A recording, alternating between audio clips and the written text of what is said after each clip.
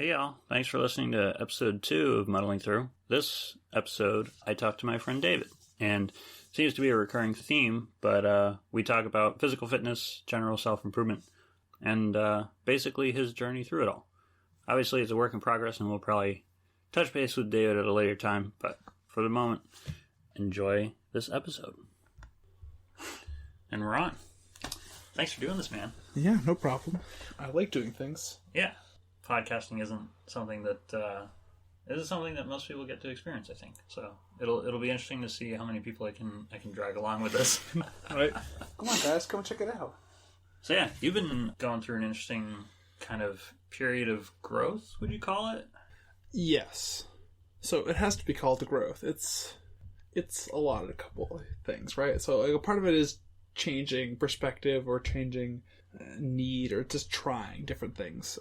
But yeah, it has to be growth because it's like you run into things and find that either yourself or your world perspective or both are just not good enough to deal with the world that's in front of you. So you have to do something, right? You got to shift. You got to adjust. So when did that start? Do you remember? Yeah. So things kind of all started because I kind of had a perspective of like thoughts and what was important to me. And then I kind of went to third shift and like things slowly just kind of fell apart. Yeah. Right. So it's like, it's one of those things where really everything kind of went wrong at once. It's a big storm that all came in together and like, so there were good things in my life at the time and bad things, but like ultimately I had like, how did I get here and how do I get away from here were ultimately the questions. Like a reevaluation, if you will. Yeah. So it's like, it's third shift. And when I started, I was still functioning pretty normally. I'd still like come out every night. So I'd work, go home, go to bed, get up and go do things. And I would do that. And I actually kept doing that for like 4 months, but like it wore on me. And it also like, it was very clear it wasn't going anywhere. Which stagnation can be pretty rough. Yeah. But also that it was absolutely not enjoyable.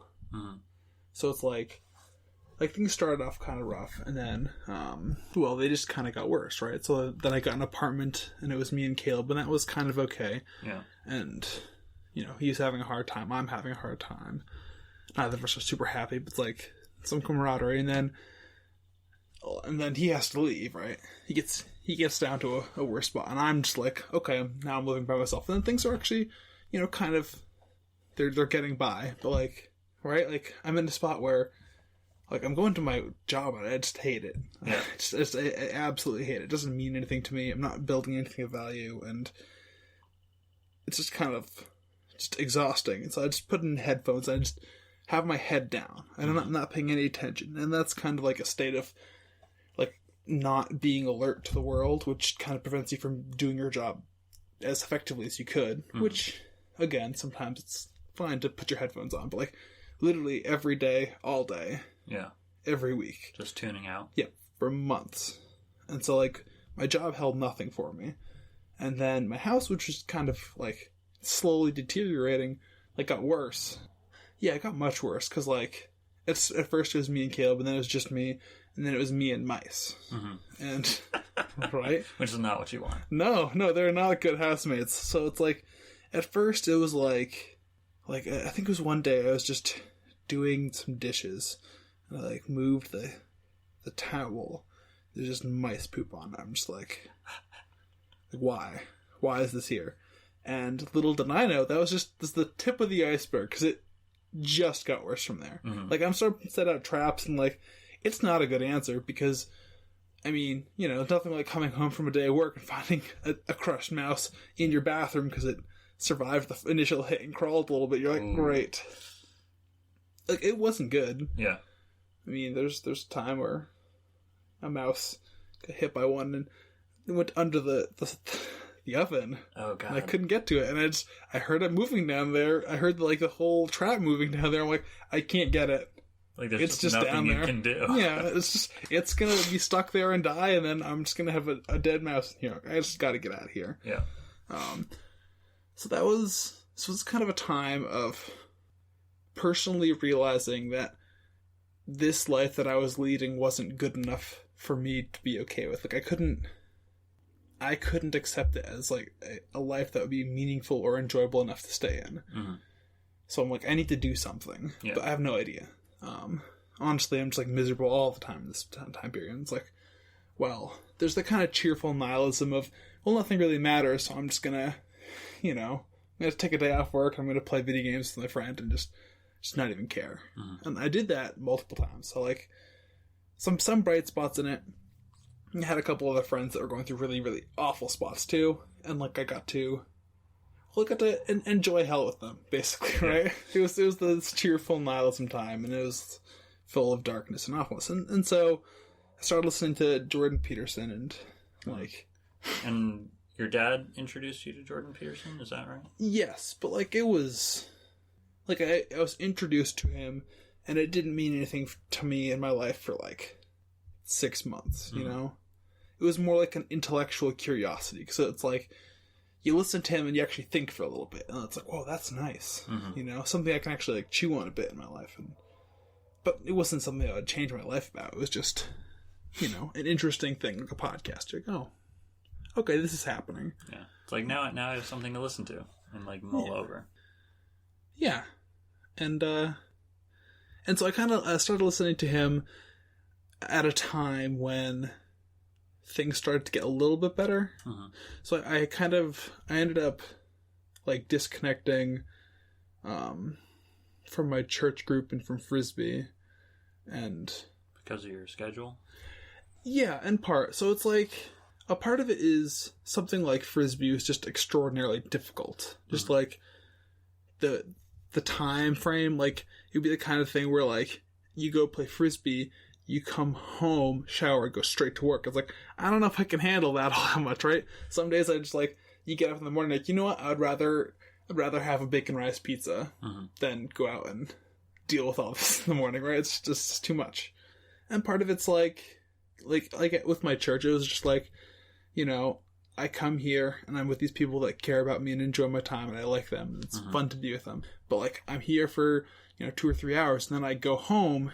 And my home, is this little room with mice that poop on the counters. Yeah. And it's like, you guys are great, but like, I'm not at home here. Mm-hmm. I'm coming here, but this isn't my home. And so I had to like, well, how did I get here? And how do I get out of here? Mm-hmm. And I kind of was like, I'm willing to do whatever it'll take to get out of here. Yeah. Right.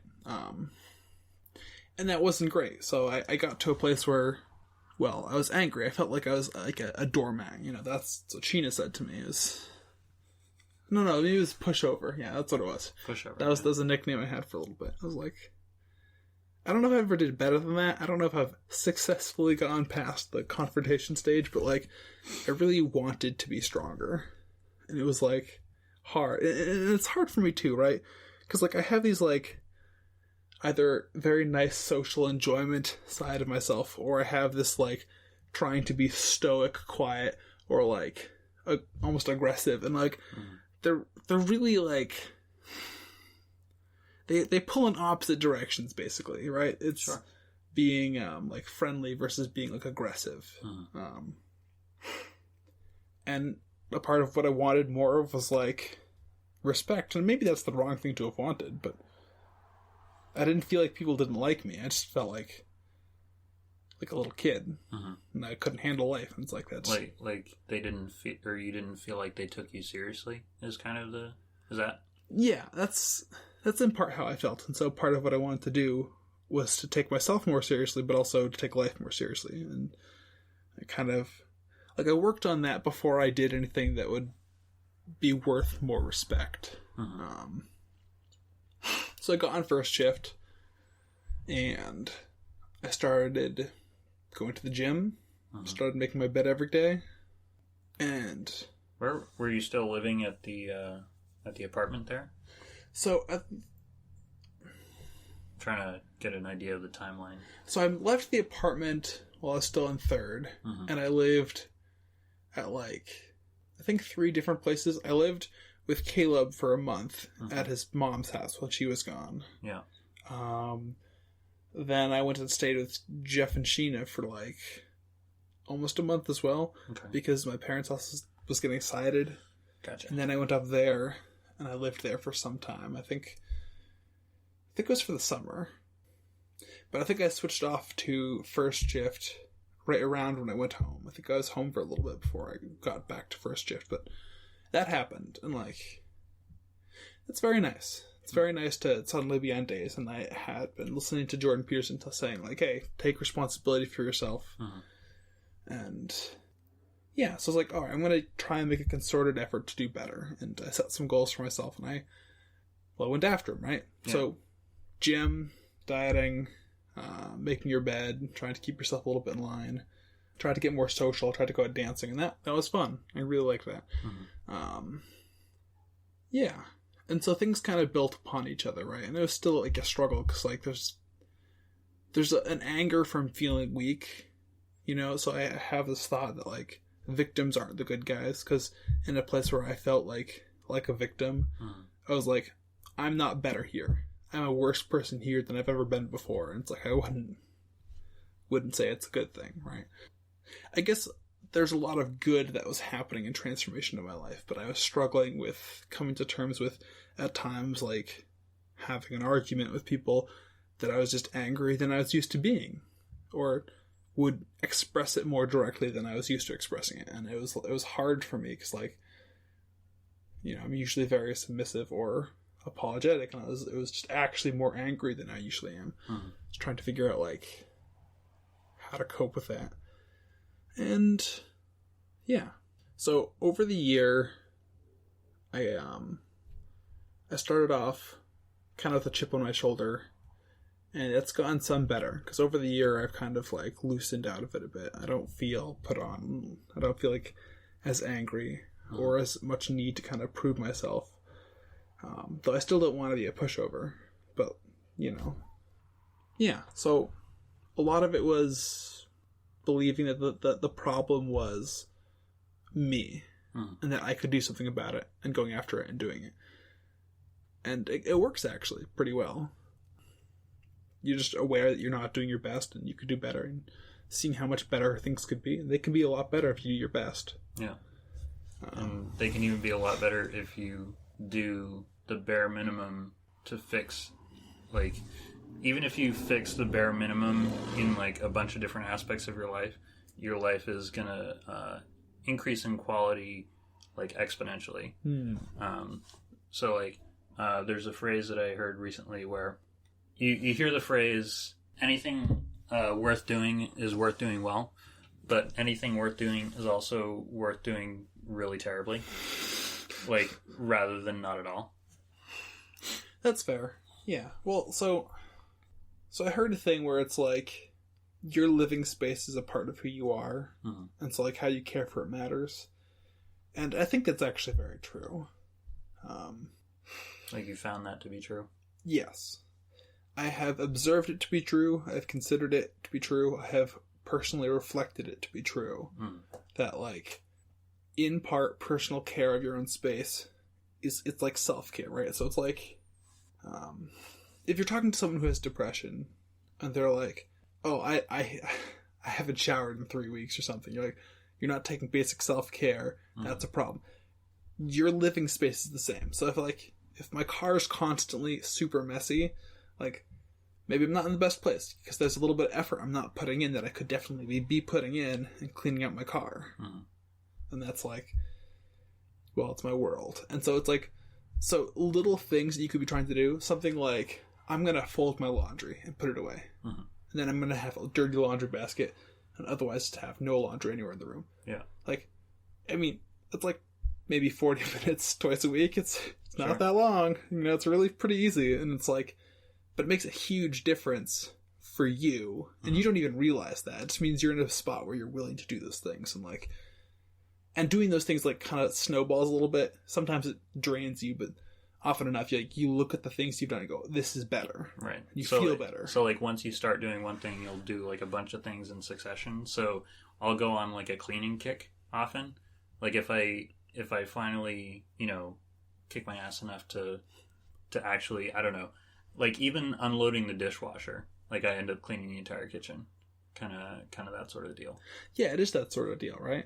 And it's like, if you're in a headspace where you're just like, if I see something that I know needs to get done, or that when I sit down to play a video game is bothering me, saying, hey, you should do that. If I just go deal with that and just always pay attention to that voice, like, your life is just better. And so when you start listening to that voice telling you, like, you know, this is really bad, we should fix just this, and you do that, and like maybe it'll start nibbling you out of things, and you just kind of train yourself to follow that. And, you know, life might be a little bit less cheap thrills, but like, it's better. Yeah, it's more satisfactory. More meaningful, if you will.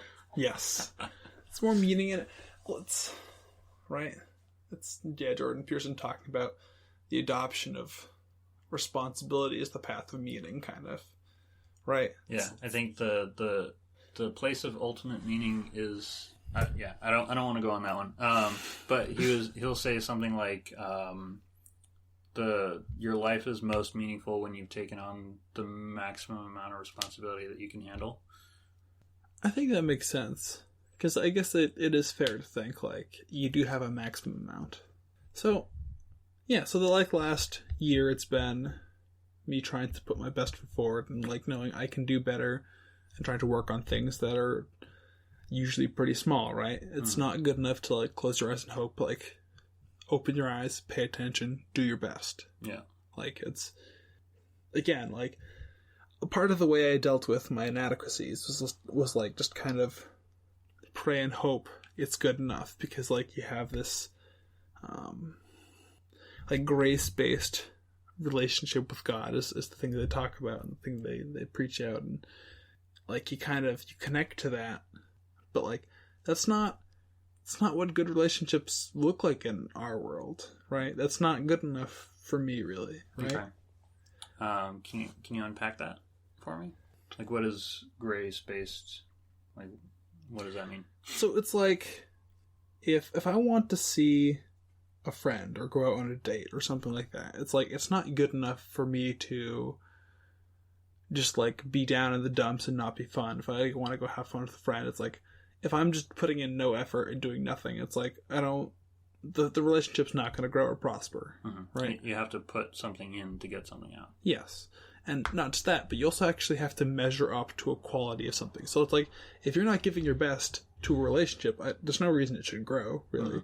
And so sometimes you just have this kind of, you know, I'm praying to God that it'll get better, but I'm not actually doing anything, or I'm not paying attention to the way that I'm not enough. So, I think I'm explaining this wrong. Wrong to how I feel. So, I guess I would put it better in the way of dating someone, right? So it's like, oh, I don't like being single, so I'm going to go find someone to go on a date. And it's like, well, they reject you. And it's like, well, why? It's like, because there are innumerable flaws in you that you are dealing with, and it's not good enough to just, like, hope to find someone that accepts you for who you are, which is often, like, even the perspective we give out nowadays. It's like, oh, someone who knows you for who you are and, like, accepts your faults and failures. Like, that's kind of nice, but I can't stand my faults and failures, and I don't see why anyone else in this world really would either. So you really have to have something to offer in order for someone to conclude that your faults and failures are worth living with. Is that kind of... But, it's not far off. It's very close to that. I think that's a pretty good summary of it. Yeah, so part of it is just like this kind of shift in perspective where it's like, hey, you've been using this perspective of grace that you've been taught as a way to not deal with your problems and still hope to get what you would get for improving yourself or changing your world. And it's like, yeah, I have been. And, I suffered for it, right? And then you get what you want from it. Like, I basically... didn't, and that's what I'm talking about. Like that's one little bit. That's also true for, like, all of my life. It's like, if you hate your job and then you go to work every day and you do a terrible job, it's like, well, I mean, you're not going to get a better one. There's no reason for someone to put you in a better spot when you're, like, really just doing half-assed work. So one of the things that I didn't like was I was chosen to go to third shift and someone else for the same spot chose to go to first shift, because they liked his proposition for becoming an engineer or a machinist better. And he has become a machinist. But I'm mad because, like, basically I'm just being put out into the cold. And it's like, that really sucks, but it's also not wrong. Mm-hmm. Because I haven't applied myself in an effective way to get what's worth getting.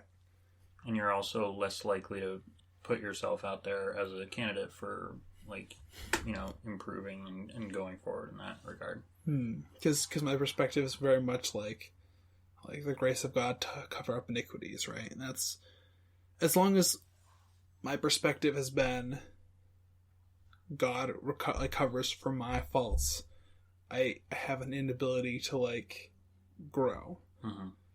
Yeah, and that's kind of, that was a change I went through, I think. I think that might be a part of it, mm-hmm. of what happened over the course of 2 years, really. Because, like, honestly, I can't say that I just changed this last year. I also changed the year before, but, like, most of the catalyst for the change is just suffering, you know? I guess that's what I would say at grace perspective relationship is the issue of having that kind of humility before God isn't really a problem. But, like, you know, it's not an excuse to live low. And in the same way, I was kind of taking that out to other relationships in my life and in my world. And, like, just stuck there. And just, I couldn't dredge out better. And that wasn't good. So that's kind of a lot of the changes that happened this last year. So what areas of your life are you pretty happy with, and what ones still are in need of improvement, and, like, what are some ways you could see yourself improving on those areas? Well, so honestly, like, I've been doing pretty bad lately, and pretty bad's in quotations, because, like, I mean, it's not the worst, you know, I'm still hitting the gym, but, like, I haven't been, like, cleaning my room the way I want to, and I stopped dieting, and so it's, like, the part of that is just, dieting is a lot of work. Yeah. But it's also, like, it's effective and has great results, but the issue is, like, I had been going for, like a month and a half and saw, like, no changes whatsoever. I'm just like, I don't know. I'm spent pretty hard by this. Yeah. And you hit a wall. Yeah, you hit a wall and you're like, okay, all right, well, we're losing ground here, and that's not good. I like that I still work out.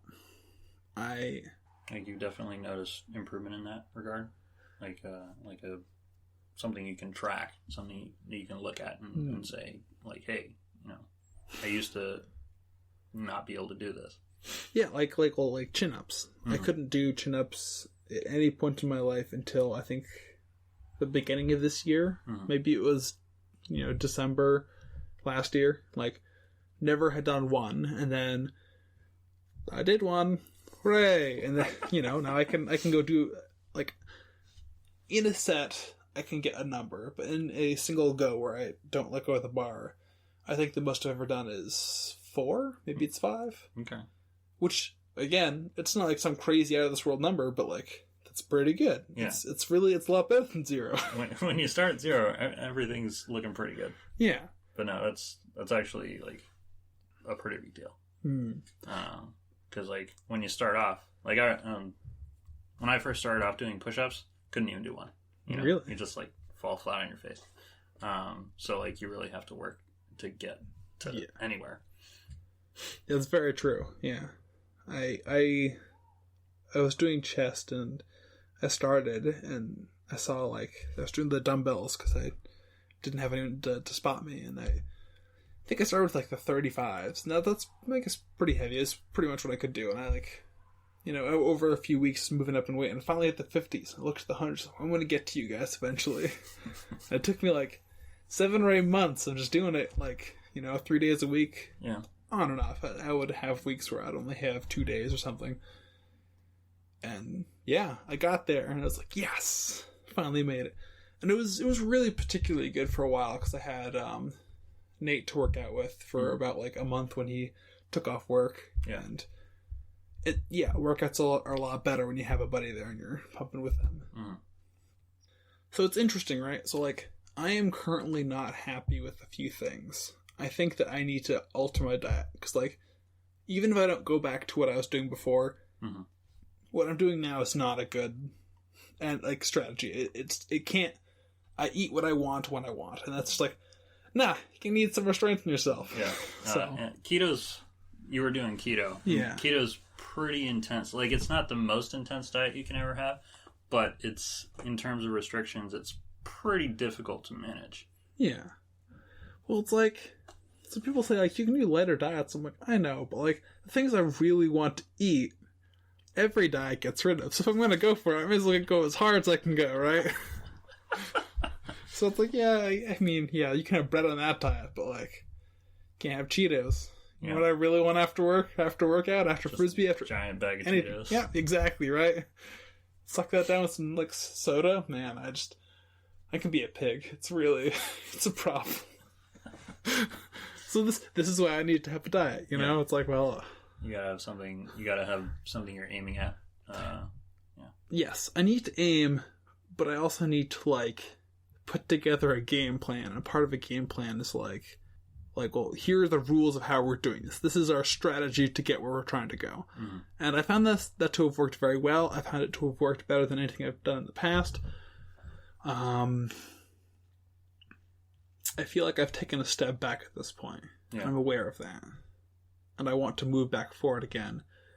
But I haven't aimed yet. And until I have, like, an aim... it's really hard to go forward. Like, if you don't have a plan, you're not going to go anywhere. Well, yeah, because it's like, well, I could do this again, right? I could double down, cleaning my room, you know, buying new clothes, and really trying to, like, make sure things in my world look better. Mm-hmm. That's just a part of it, you know? It's not even, like a part of, like, making your life better is, like, looking at the really small details you have to fix. Like, okay, I'm going to clean my room, I'm going to clean my car, I'm going to buy new clothes, make sure they're all nice, none of them are ratty. Mm-hmm. Make sure they all fit. Yeah. Which, when you're trimming down, can be a challenge. It's like, well, these clothes might not fit me in, 6 months. Yeah. So. Hey, that's a nice feeling, though, right? When you have clothes that are too big to fit anymore, you're like, yes! Throw them out. You just feel good about it. Yeah. The best. Yeah, so... yeah, I could do all that. But the trouble that I have right now of just choosing to go and do that is, like it doesn't end anywhere. Mm-hmm. You know, it's just kind of an open-ended, simply make your life better goal. And, like, that's a little hard. Sometimes it's hard to because, you know, you're living your life and you're like, this isn't going necessarily where I need it to go either. Mm-hmm. Like, I need more payoff than this. It's not bad. Yeah. But it's also, I need more payoff. And then, but, like, what are my alternatives, right? I can wallow in self-pity. I don't think that's going to be great. No. Yeah, that's a choice I could make. Or it's like, accept that I'm not good enough and trying to find a way to live a life that's, like, not good enough for me. Right? It's like I could become someone worse, but that guy's life isn't good enough for me. I wouldn't be happy living that guy's life. Mm. So, I have that kind of, like... struggle. I had a weird time one morning. I woke up and was like how am I going to live knowing I'm not good enough? I'm like, well, I don't know how to deal with that, right? It's basically like you have desires and goals that are higher than you can actually attain. It's like, how do you accept a life like that? Like, I don't want to. Mm-hmm. So, but again, I need to actually have a goal and a game plan, because do your best and hope it works out, you know? Pray and kind of close your eyes, just hope that that's going to work. It just doesn't get you there. Mm-hmm. And now I say all this, but from my perspective of other people seem to get things to work out without doing what I'm doing. It's like, oh... I mean, that's what it seems like, but you don't really know what's going on with them unless you, like, really dig in and figure it out. So it's possible that they could be doing a whole bunch of work behind the scenes. That's fair. But it's also possible that they're not, and it's just luck of the draw, luck of the dice. Do you feel like part of the challenge in kind of your journey of trying to better yourself and being a more complete person is lack of, not support exactly, but like lack of people around you trying, like, with the same kind of goals? Like, is that something that you... I can say so. That one of the things that was very helpful was having Nate around. Because, like, similar spot in life, similar kind of goals, and, like, we're different people and we have different struggles ultimately, but, like, going with him was nice because, like, I could connect to him on the goals in a very similar way. Yeah. And that was very helpful. Yeah. So I'd say he left to basic, and, like, I miss him. And, I mean, I was kind of going sideways anyway, regardless of that. But I think that's my own fault. It's definitely my own fault. You know, that's one of the big things, right? Ultimately, the idea of improving your life is taking responsibility for your own actions, and that's, looking at things going wrong, going, that's me. Yeah, I did that. I'm the reason why I'm here. Yeah, exactly. Yeah. That's just it, right? And and you're not even given everything else, like even given circumstance, you still are the major contributor to your own, like, where you're at. Yeah. Yeah, definitely. And so, like, someone being there to help is incredibly helpful. Or not even to help, to just, like, be going in the same direction is incredibly helpful. But, like, I mean, I started doing that, and I pretty much was doing it by myself for 8 months. And it's up and down, right? Like, there's, like, 8 months of doing, like, trying to move forward that, like, some weeks I just feel terrible, or lonely, or angry, or distracted, or just, like, not able to deal with whatever's going on. Yeah, so someone being there helps, but, I mean, ultimately, I think it is partly, like, a decision you have to make. And that's just, it's hard, right? Because you can't, like, fake it almost. It's like, you can make it, or you can not make it, but, like, I don't know. I didn't fake it till I made a decision, and I tried to carry it through a little bit better every day. Yeah, I mean, it's difficult to change attitude. Like, that's one of the major things, is, like, an actual shift in thinking. But you are what you do. And so if you decide, hey, I want to be the person who does this, and then you do the thing, like, you are that person if you're doing the thing. Yeah.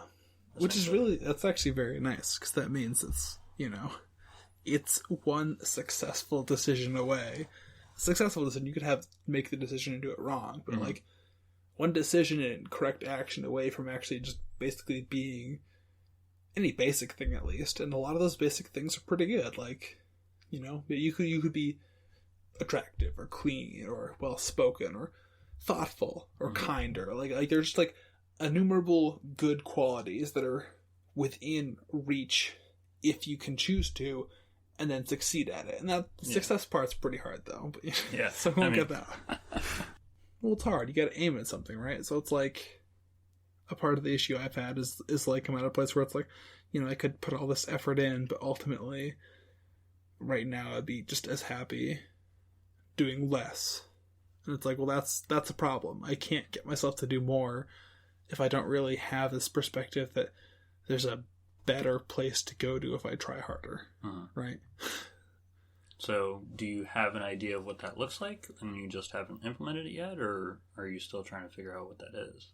Well, I had a game plan, and I had some ideas, and it didn't work out, and it didn't, like, absolutely fail either. It was one of those things where, like, mistakes were made, but, like, you know what, compared to everything else I've done, it's like, they're better mistakes. They're mistakes closer to the goal, they're closer to a life that's more complete and happier, and maybe even happier is the wrong word, right?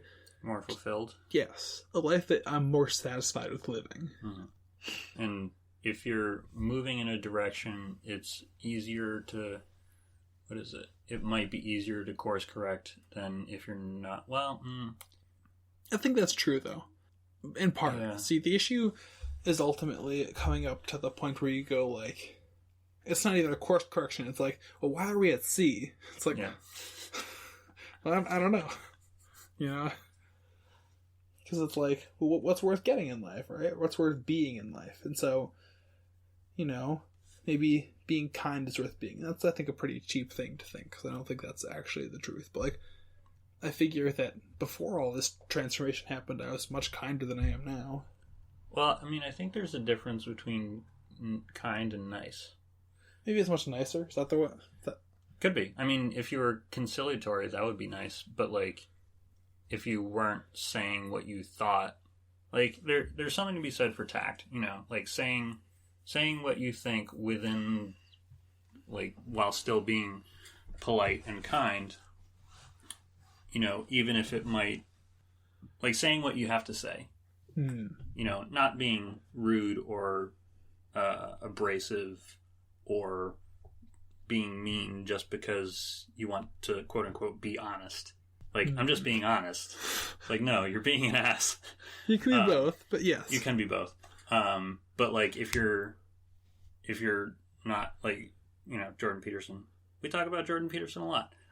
Jordan Peterson will say, like, tell the truth or at least don't lie. So if you're lying to make somebody feel better, like, you're being nice. But telling someone the truth in the like the most tactful way possible, you're being kind because you're not lying to them. Does that make sense? Like, you're saying what you think, and the truth might hurt, but in the end, it's the best way forward. Yeah. Okay. Well, I think that's the best thing to do. I don't know. I guess kind would be. I have a hard time. So you're saying that, like, kindness is the kind of thing where it's like doing the right thing by people, but doing it as tactfully as possible, where niceness would be doing what seems like the most cushy thing or the most clean thing at the time. Kind is like doing what's best. Even if, like, what's nice is, like, not making people uncomfortable.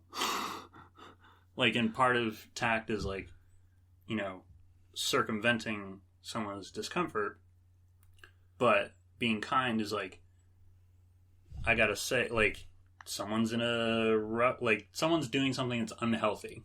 And I can tell them, like, if they ask me, hey, what do you think? Be like, I think you're in a really rough situation, and I think there's some changes you need to make. Like, that may not be your place to say, but you're like, it's in their best interest to know that they're doing something that's unhealthy. So it's a kindness to tell somebody, like, if they're messing up their life. Yeah, that's. But it's also maybe not necessarily, like, if they ask, it's like unsolicited advice. Does that make sense? I feel like I'm rambling.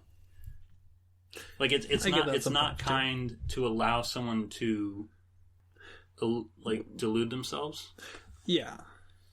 I mean, I could get into a whole thing about lying to yourself. That's a fun one too. Yeah, I have a bunch of the same thing that's expressed slightly different and reveals slightly different parts of myself and I think what I've learned. But yeah, lying to yourself, that's a whole section of things too. Yeah. But like, a lot of it is also, you can't fix other people. So, you know, where does that fit in? Oh, goodness.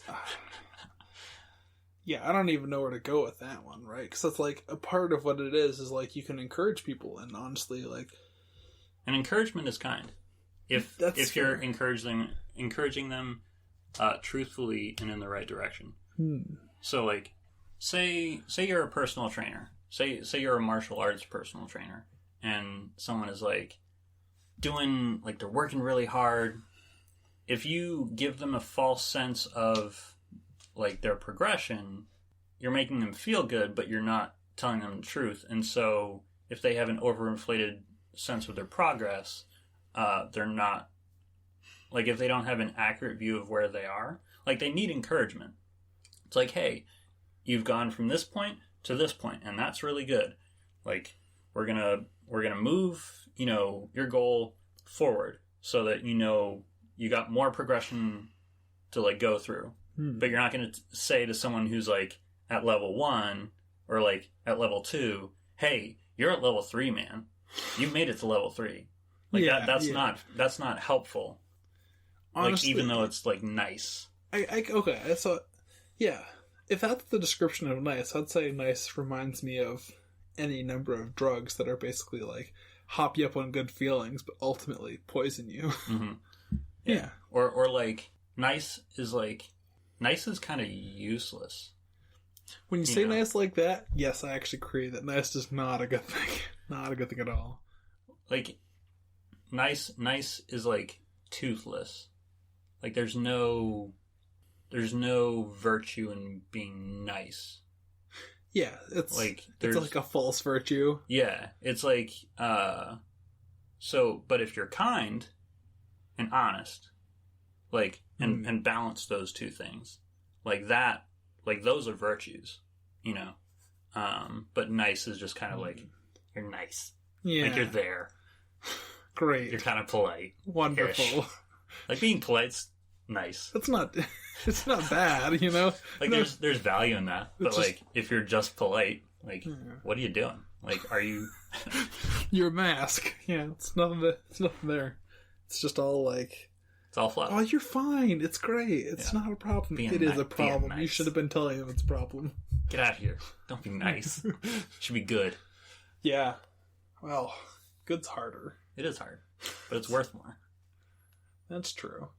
Yeah, so I guess back to the root of the question of like what's worth doing, right? So we're talking about where we're aiming, because you have to aim at something to go forward, and it's like, well, what's worth doing or having in life? And it's like it's not enough to be abstract. Well, yeah, you gotta be specific, and it's scary. Being specific is scary. Yeah, because you don't want to. Yeah, because then you know the things that I find important, not measuring up to those things. Nope. I'm looking at it right now. It's not where it should be. It's just in a bad place. Yeah. So is there something specific that you want to shoot for? I think the issue that I have right now is that I can't say that there is. Mm-hmm. Right. So like a part of it is like, I find myself struggling in different areas of my life. And it's like, well, maybe the issue is that I'm aiming at the wrong place, right? So something Jordan Peterson said was like, if your life seems terrible, maybe you should replace whatever's on the top of your hierarchy of importance. Yeah. So whatever you defer everything else to. And it's like, I think that's true. So your ultimate good is wrong? Is that kind of what you're... potentially? Kind of, but like more accurately, it might just be overinflated, right? So it's like saying like my career is important. Mm-hmm. Fair. Yeah. Career is important. Then you put it on top of everything else, your highest good, and you hate your life right now. And you're like, well, why is my life so bad? It's like, well, you're working 65 hours a week because your career is the most important thing to you. Mm-hmm. And you're miserable. So maybe if you took that career and put it below something else, and you drop down to 50 hours a week, and suddenly you're just happier, because even though it's still important to you, it's no longer your highest priority. Mm-hmm. So like, if you're miserable, there's a chance the issue is the thing you value most just is destroying your life, basically, right? You gotta take it down. Like your life is out of balance because you have all these different aspects that you're supposed to be keeping. Like it's like spinning plates, right? Yeah. Like you can't focus on any one plate too much, because like the other plates are going to fall. So like if one part of your life takes precedent, it's going to unbalance the rest of them. Well, I wouldn't say quite like that, right? Because no matter what you do, you always put something above everything else to a degree. Not in all cases, but like you have a general perception of goals. Yeah, like right? a list of priorities in descending order. Yeah, and they're probably not something you're totally aware of, and they're probably subject to certain situations. But like it's like, yeah, I could say that I could look at my life and go, I'm aiming for X. I'm trying to get to X through Y. Mm-hmm. And just like, I could look at my life that way and go like, well, that seems fine. But it seems to have not worked out. It also seems to have not worked out multiple times. It's like, maybe the issue is that what I want ultimately isn't the right way to just conduct myself in the world. Like you want the wrong thing, almost? Yeah. Okay. I think so. So that's kind of how I've gotten here. It's because I was going somewhere, and then I went, well, maybe I'm going to the wrong place. And I kind of have moved back from that. Okay. But I haven't really picked any routes to go yet. Right, so it's more or less just like, I peeled back off of a goal, and now I'm just kind of here going like, well, I don't know. It was better when I was going for something, but I mean... It's not as good as it could have been? Well, because you're going in the wrong direction? Well, potentially it's like, maybe the perspective I have is something that causes me to be unable to succeed, because the way I look at it just kind of makes it like a wall to me. Possibly. I don't think that was necessarily it. But maybe it's something like even success would ultimately leave you wanting more. Maybe that's not it either. See, I don't actually know. That was the decision I came to, decided to try, but I haven't really put anything else in it. So I have kind of like a meandering now. And I'm like, well, yeah, I don't know where to aim. Right? And I need to. And I have like this latent kind of feeling like I'm laying in bed longer in the morning, and I'm like, a part of me wants to get up early, make my bed, have my laundry done, wants my car to be clean, wants my life to be like put together, and part of me is like, well, what's the point? And I don't have a good enough answer to that what's the point part of me right now in order to forcibly just start doing things. Yeah. It's like if you don't have a reason, like the thing itself is not going to provide that reason. Like doing the thing itself. Well, yeah, but like let's be fair here, right? So, like doing your laundry is a pain, right? So, like, why do it? Like, well, because you gotta. I mean, you have to wash your clothes and dry your clothes, and you bring them up in a basket. Do you have to put them away? I mean, in theory, no. You can just keep pulling clean clothes out of the basket. Exactly, right? So it's one of those things where you don't need to. There's a good reason to. Yeah.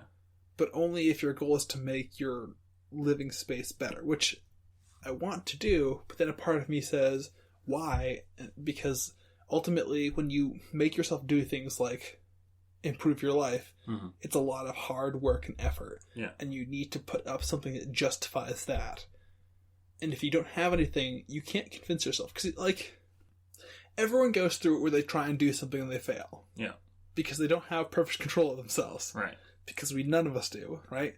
And the best hope I've ever seen for this working is putting up something that's like, that's worth the suffering, that you want enough, or are like, enjoy enough, or maybe it's just fine to be captivating enough or interesting enough to be like, it's worth putting in all this extra effort. It's worth really making sure I cross all the T's and dot all the I's and really, just put all the little things together, all the big things, or decide to make major long-term life decisions or change perspectives or whatever it has to be. So, yeah, and you, like, it all partially descends from, I have a goal, I'm going after that goal. I mean, that can work in terms of, like, larger things.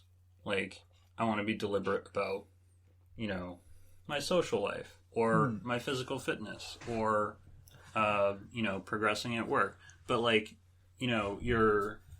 for things like, I want to make sure my laundry gets put away. It's less about, like, oh, I need a reason to do that. It's like, no, it's just when I dry my laundry, I fold it and put it away. Like this, it's just what I do.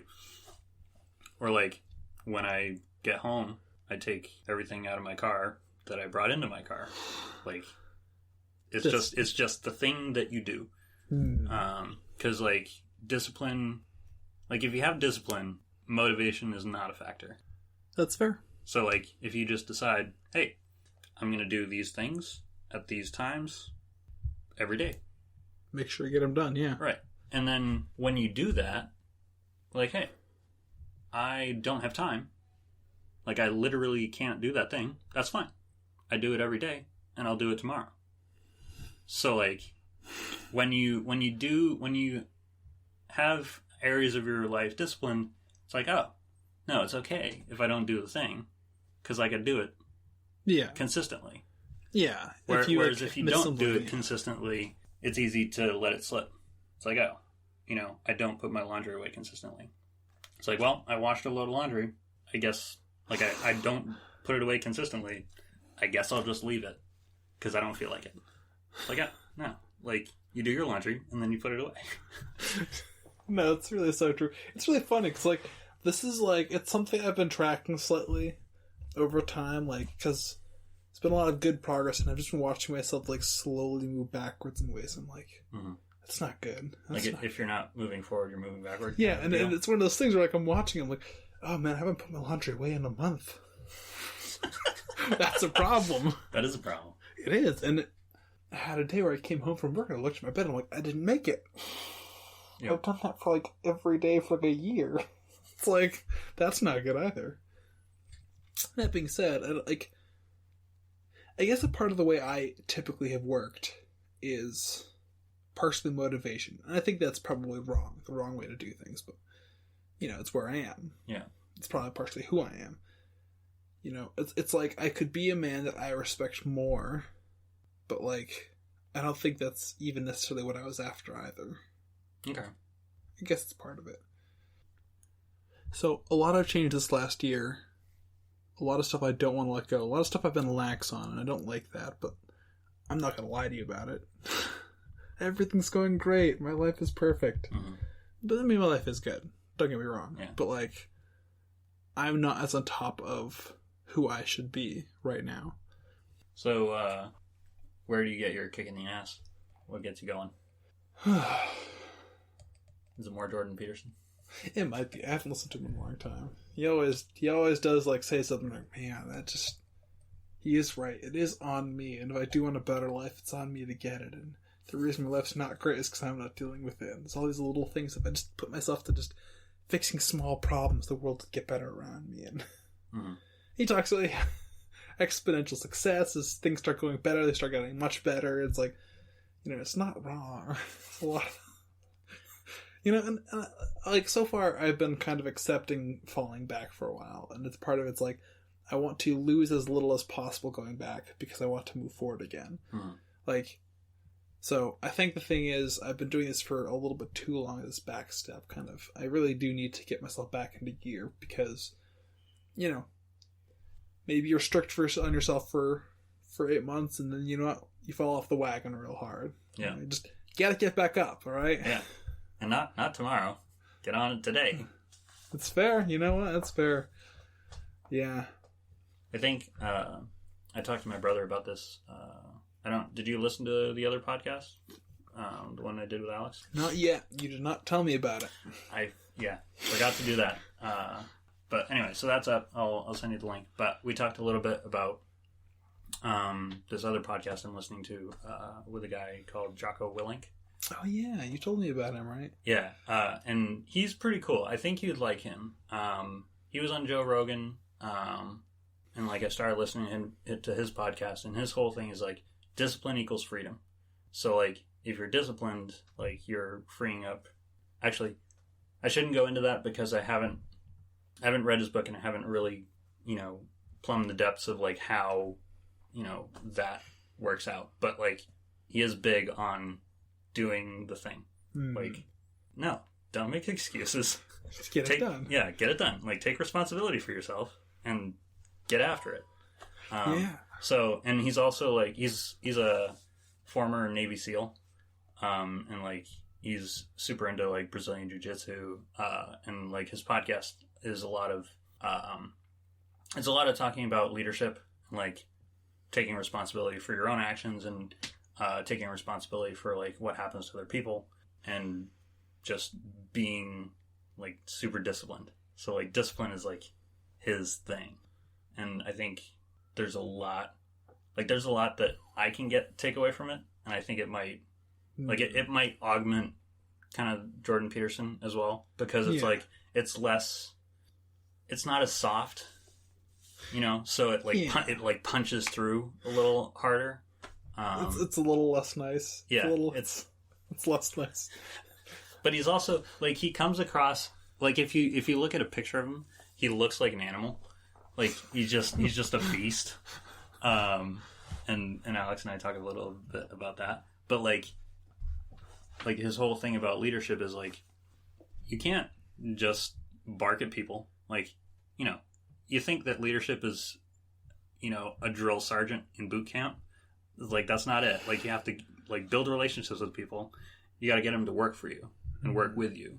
And, like, you know, be humble and be disciplined and take responsibility for, you know, not telling people, like, if someone makes a mistake that's under your command, it's on you because you didn't properly train them to do the thing that they needed to do. Or, like, you didn't know that they lacked the ability to do the job you asked them to do. So, like, you got to take the responsibility for that. Like, you can't just be like, oh, he messed up. That's on him. Yeah, that's actually fair. They've been having me train people at work the last 3 weeks, and I feel like I have not done an adequate job of that. So, it's like, I don't think I've done such a terrible job that, like, ruined forever, but it's like, I feel like I really should have done better by them, and yeah. What am I doing? I gotta pull myself together, man. You're totally right.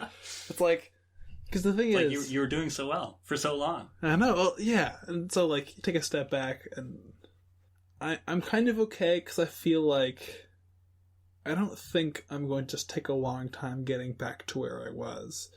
I think that's actually much closer than it was when I started. Like I started from a pretty bad spot. I'm still not there. I'm not anywhere close to that. My life is, like, way more put together than that. But if you're not careful, it could end up being that again. Yeah, well, it's like, what happens if you just, like, let it go for 5 years? You know? It's like, what's the worst case scenario if I just don't do anything? It's like, I could end up here. Well, you could end up Thor and Endgame, right? Yeah. That's real. That's the end of the 5-year journey, right? It's that wallowing in self-pity and you're... Yeah, because it was funny. It was like, I could relate to that, actually. But, like, just at a different point in my life, I'm like, yeah, I felt there before. I've seen him where he's at, and I felt like that before. I didn't drink, but, like, you know, I just clearly wasn't together. It was all, like, broken apart. It's like, not living up to your potential. Not even close. And it's awful, too, because, like, also just unable to be okay with that. You know, it's not just you're not living up to your potential, but you're also not okay with the fate of the man you're currently living up to. So it's like, not only are you not living up to your potential, but you know you're not living up to your potential. Yes. Also, it's like, you know the result for what you're doing isn't something you'd be happy with at all. It's like that kind of like, I'm not living up to my potential, and I hate it. But I absolutely know it's my own doing, too. And it's like, oh, it's the worst of all of it. 'Cause you know it's your fault. You can see it. Yeah. I think I do want to try and, like, redouble my efforts. I think I will take encouragement from this to go after it. Because, well, what else do I have to do? You know, life goes on and there are better things forward. So, like, I think a part of the transformation, if I'm going to reconsider how I've moved forward in the past and try and make another step forward, it has to be, yes, take responsibility, make a routine or discipline, and I think that ultimately it's like, get the little things done first. Yeah. Because if you find yourself, like, on top of the little things, you know, you feel a little bit better. It pushes you, right? Success builds success. It's like, those who get more, those who don't, what they do have is taken away. Like that's just true in the world, and it's really funny and a really awful thing. You're just like, that's just the world you live in, man. Start getting. I don't know. Good luck. Sorry if you're on the wrong side of that. Get after it. Yeah.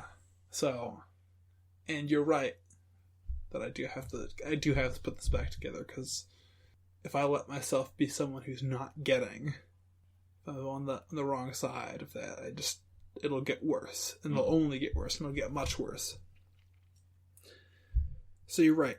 Basically, the issue, I didn't realize it. I was stepping back towards where I've been. It's not good at all. No. It's not what you want. Not what I want. I'm not okay with that. That's really interesting. I didn't even see how soft and how dangerous a position I've been in lately, yeah.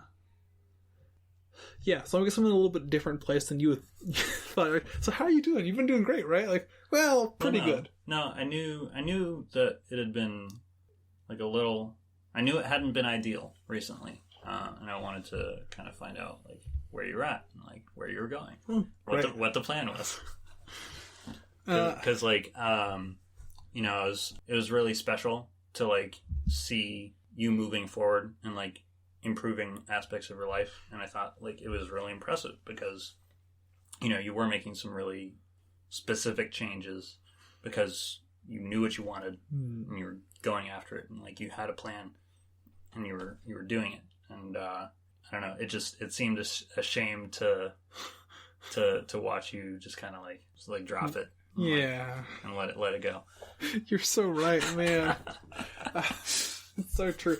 But like I can almost like point to when it happened too. It's like things were going well, and I just kind of, it's like I kind of didn't hit what I was aiming for, and just kind of tried to reconsider, and then I just decided the goal might not be something worth going after, and just like dropped that, and just things slowly change that happens, because like basically it's like turning the engines off, right? You still have all that speed to bleed off, but it's like not going anymore. So I think you're right, but like that leaves me with the question of like, all right, if I'm gonna put my life together, what's the important set of things?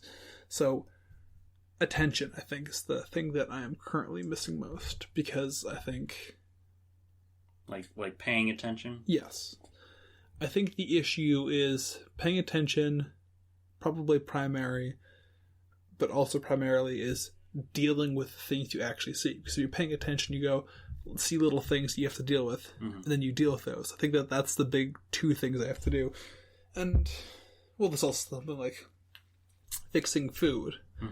I have to have some kind of an attack at nutrition or diet or something, because I think that the Athlenex guy, I forget, Calvo, is that his name? Jeff Cavalier. Cavalier. That was close. it was somewhere in that ballpark. Some of the CV, there's an A and just L. Cal. Yeah. It's basically it. Still, because he talks about it like being nutrition. It's like, people are right, but like that's also difficult. So, but he also talks about like, you've enjoyed a lot of success with the keto diet, but one of the things he talks about is like, it can't, like, diets are only going to get you so far because it has to be sustainable. Like, you have to enjoy what you're eating, and you have to be able to eat that way long term. Like, you're not, when you're doing like that kind of nutritional programming, you're not on a diet. You're like making a change because like you're setting yourself a roadmap. Like, it's not a diet. You're just fueling yourself in a very specific way. Because like, you know what you need to function at your peak. And so like, no, it's not like, oh, you can't have these things. It's like, no, you need these things. You specifically need like these specific things. And like these things you don't need. And like these things are going to hold you back. So like, you could have those, but like you need these. I think you're right. Yeah, because the one is more of it's a goal as opposed to an avoidance, right? Yeah. You're after something as opposed to running away. Right. And it comes back to the discipline thing. It's like, oh, if I eat, if I eat exactly what I'm supposed to, every day, then I can have a soda and it's not a problem. Because like, I am consistent. It's like, oh, I had a soda. That's fine. I'm still doing the thing tomorrow. Okay. Or like, Yeah. Well, thank you for that. I do need someone to care. Like, Dave, don't throw it away. You're doing so well. It's not the time to give up. You're right. Yeah, so I guess if I had to talk to people about like a way to move forward in life, or how I had in the past, I guess part of it is just like small things, right? Yeah. It's a few large things and a bunch of small ones. And if you start with little things, maybe you'll get there eventually. You reach yourself right up for the bigger ones. Exactly. Because it's like, yeah. I guess, yeah. I react poorly to falling apart. It happens, right? And you don't even realize you've been doing it for a while, and suddenly it's like, man, why is my life so bad? It's because you let things slip. You let a lot of things slip. You didn't stand up for yourself, and you let things fall apart, and eventually you look, how did I get here? How do I get out of here? I'll do anything. Yeah. It's like, well, you don't have to do anything. You just have to do one thing. Start with one thing. Yeah. That's all it takes. The decision to make life better. Exactly. Yeah. We can all use a little encouragement. I certainly can too. So yeah, I think that's a description of how things have gone. I kind of... So the thing that happens, right, is you stop moving forward and you kind of decide to close your eyes to it. Because it's like, if I was paying attention, I wouldn't allow myself to, like, forget about things that are important. Mm-hmm. But I kind of, stopped paying attention and started moving back. Because, like, if I'm paying attention, then I can see the issues. Like, hey, David, you know the cost of the soda. You remember the cost of the soda. And I actually feel it, too. I've gained weight since I've stopped dieting. And it's like you gotta stop, man. I don't feel as comfortable as I did before. And that's like, it's a weird thing. Like, you're not as comfortable in your own body. And you're like... Like your body doesn't feel right, almost? Is that... It just doesn't, like, move quite right. That's interesting. It's like... And when you're still going to the gym, so you notice it.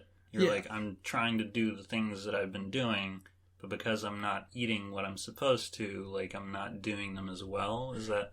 Yeah, and it's less weight side of things. It's more, like, body weight side of things. So I can still lift at least the same amount from on diet to off diet. Like, that I can't, like, lift more weight. Or I couldn't lift more weight then than now. Okay. But, like... I used to do more of like the reverse push-ups, right? So you're hanging under a bar and you're bringing it up towards your chest. Yeah.